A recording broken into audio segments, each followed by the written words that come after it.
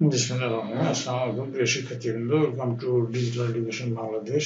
আজ আমরা শিখব কর্মমুখী প্রকৌশল শিক্ষা ২ সপ্তম শ্রেণী ভকেশনাল অতি সংক্ষিপ্ত ও সংক্ষিপ্ত প্রশ্ন উত্তর। পৃষ্ঠা নম্বর হলো 52।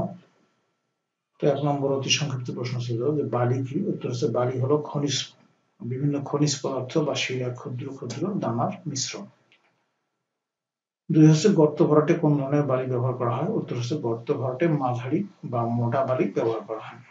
৩ ছিল গাঁথনির মশলায় কোন ধরনের বালি ব্যবহার করা হয়? উত্তর হলো মাঝারি ধরনের পরিষ্কার সুপরিশ্রুত বালি গাঁথনির মশলার জন্য ব্যবহার করা হয়।